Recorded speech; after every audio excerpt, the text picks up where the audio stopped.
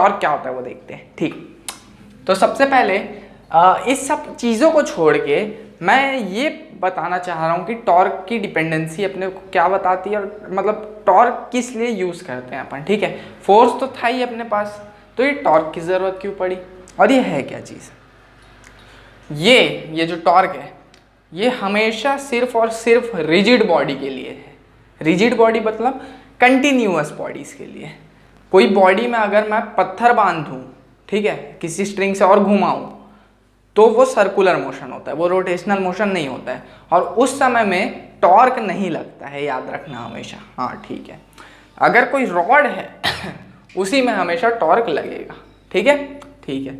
अब जो है मैं तुम लोग को एक एग्जांपल देता हूँ। सबसे पहले टॉर्क का डेफिनेशन देख लेते हैं। When a force exerted on a rigid body, rigid body मतलब कंटिन्यूअस बॉडी कोई भी, ठीक है, पिवोटेड अबाउट एन एक्सिस, अगर किसी रिजिड बॉडी को एक एक्सिस के अराउंड रखे, ठीक है, तो object tend to rotate about that axis. अगर उसमें आप फोर्स लगाए, अब वो रोटेट करने की कोशिश कर रहा है उस एक्सिस के around, the tendency of force, tendency of क्या, force to rotate an object about some axis is measured by quantity torque. मतलब कितना फोर्स लगाना है और कहाँ पर फोर्स लगाना है, इसका जो मेजरमेंट है वो कौन करता है, टॉर्क। तब जाके वो बॉडी घूमेगी। ठीक है, गलत जगह फोर्स लगा दोगे ना तो वो बॉडी नहीं घूमने वाली। कैसे, चलो एग्जांपल दिखाता हूँ। अगर मान लेते हैं अपने पास है दरवाजा, ठीक है, ऐसे करके है, ए दे 3D में बना रहा हूँ, 3D में स्पाइडरमैन देखे ना, 3D में, ठीक है, ऐसे नहीं जी, ऐसे, ठीक है।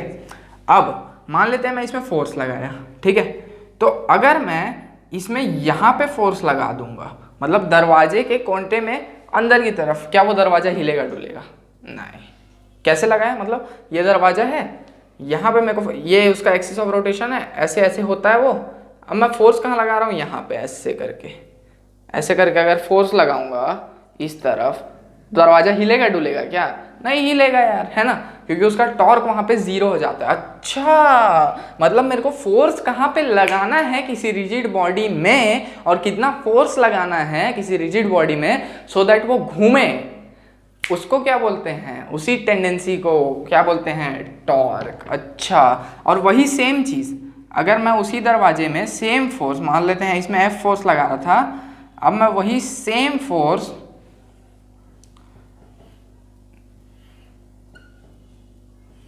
ऐसे करके इधर लगाता हूँ, ठीक है, वही सेम फोर्स इस तरफ लगाता हूँ, तो क्या बॉडी घूमेगा, हाँ बिल्कुल बॉडी घूमेगा ऐसे करके, ठीक है। और इसमें बॉडी घूमा क्या, नहीं, रोटेट ही नहीं किया, ठीक है। तो इसी टेंडेंसी को क्या बोलते हैं, टॉर्क, ठीक। और एक चीज़ और, अगर मैं फोर्स को जैसे जैसे एक्सिस ऑफ रोटेशन के पास ले जाते जाऊंगा, मेरे को ज़्यादा फोर्स लगाना पड़ेगा क्या, हाँ, कैसे, दरवाजे के पास जाना और ना जहाँ उसका एक्सिस ऑफ रोटेशन होगा ना वहाँ पे पहले फोर्स लगाना, फिर उतना ही फोर्स उस एक्सिस ऑफ रोटेशन से दूर जाके लगाना।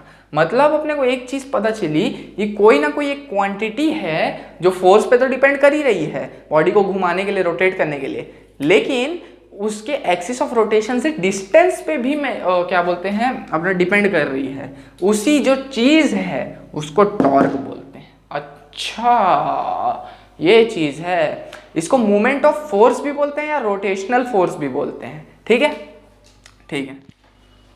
तो अब बात करते हैं अपन कैलकुलेशन ऑफ टॉर्क के बारे में, ठीक है।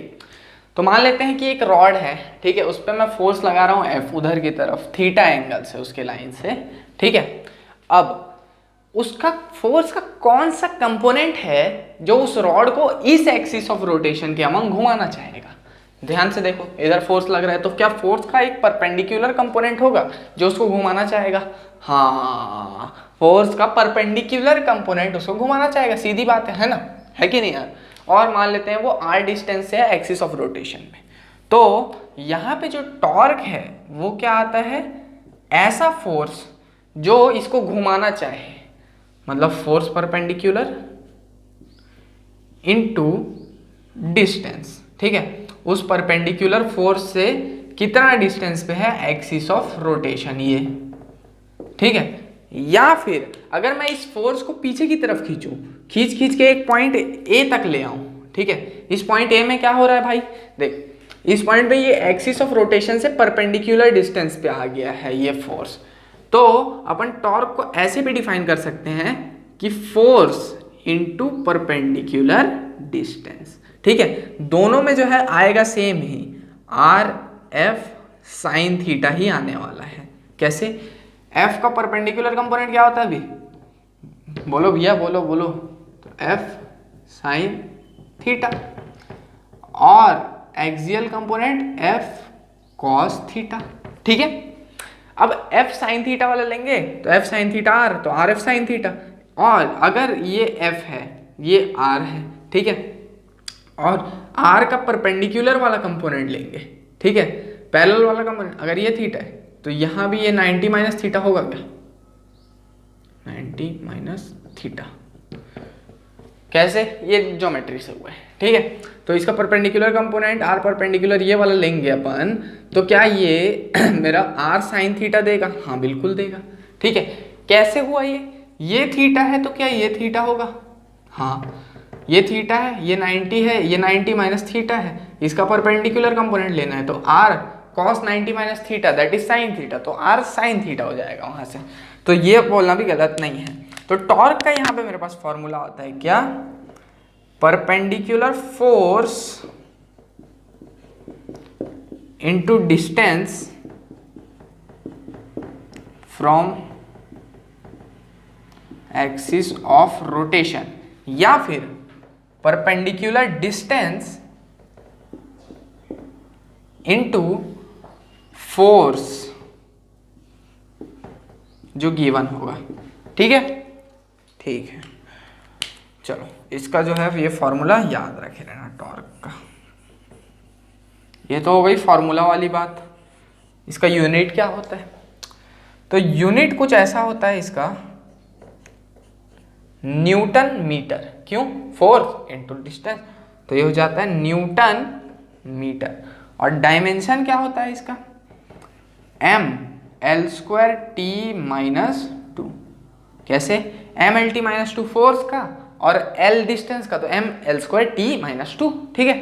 ये डायमेंशन हो गया, ये यूनिट हो गया।